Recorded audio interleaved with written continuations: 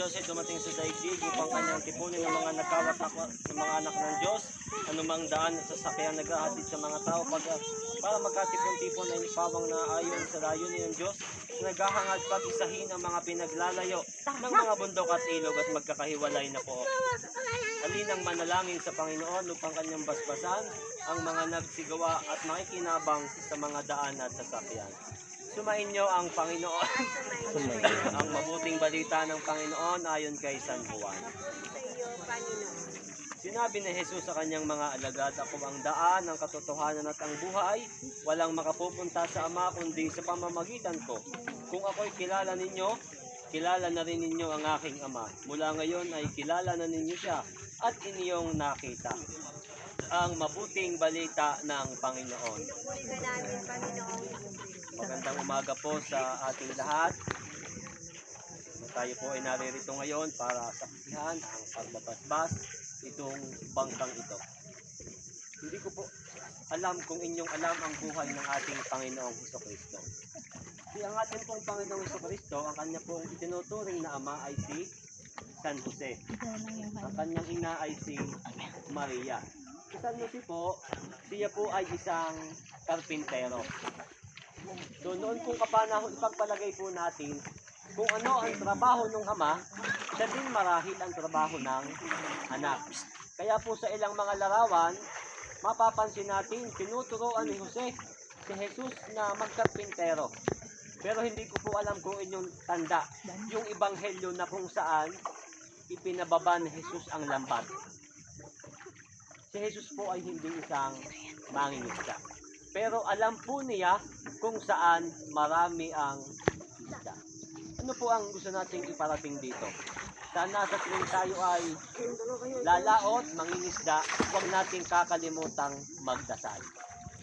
Dahil alam ng Diyos kung nasaan marami ang isda, maraming pagpapala. Kung tayo ay maraming mahuhuli, thanks be to God. Kung wala tayong mahuli, kaunti man ang ating mahuli, salamat sa Diyos. Lahat po ng bagay dapat nating ipagpasalamat sa Diyos. Ito po ang patunay na ibinibigay ng Diyos ang kanyang pagpapala at biyaya sa bawat isa sa atin. Marapat lamang yung biyayang ating natatanggap ay ating ibabalik sa Diyos. Yung biyayang ating natatanggap, ito ay pagpapasalamat ating ibibigay sa ating kapwa. Ito ang pagmamahal ng Diyos, ang pagmamahal din sa ating kapwa. Kung may mga taong nakikita nating nahihirapan, kinakailangan, bigyan natin ng isda ating nahuli, huwag tayong mag-aatubili na ibigay ito. Sapagkat ito ay ibibigay ng Diyos, siksik, liglig at umaapaw ka. Pero bakit ba minsan tayo ay natatakot magbigay? Dahil ayaw natin na tayo ay maubusan, mawalan.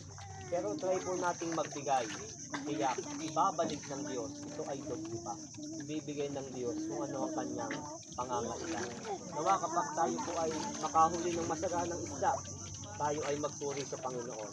Magbigay tayo ng kaunti sa simbahan. Yun man lang isa, dalawang, tatlong piraso. Siguro sa tingin ko ay hindi na po kabawasan.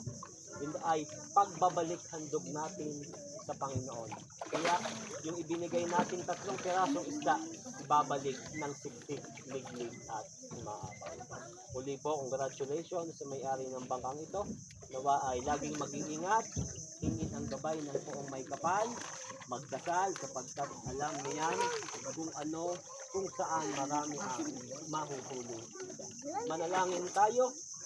Ama naming maawain, kalugdan mo ang aming panalangin ngayong paglingap mo ang aming hinihiling upang iadya mo sa pagkapahamak ang sasakyang ito para sa itlog at dagat.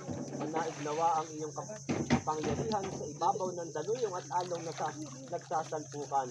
Itaguyod mo sa pagsapit sa daungan ang mga naglalayag sa dagat itong buhay sa pamamagitan ni Hesukristo kasama ng Espiritu Santo magpasawalang hanggan. Amen.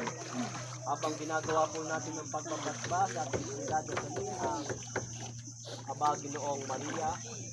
Abaginoong Maria, una para ang Panginoong Diyos ay sumasama.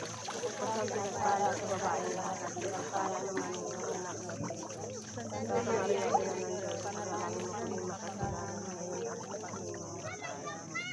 sabi sa Ama, sa Anak, sa Espiritu Santo, para ng sa una, ngayon, pakailanman. Sumainyo ang Panginoon. At pagpalain po kayo ng makapangyarihang Diyos, ang Ama at ang Anak at ang Espiritu Santo. Ang ating pong pagbabasbas ng bangka ay naialay na, humayo kayong taglay upang ang kapayapaan, upang ang Panginoon ay maaning at patuloy. Po, magandang umaga. Congratulations po. Nawa maraming mahuli.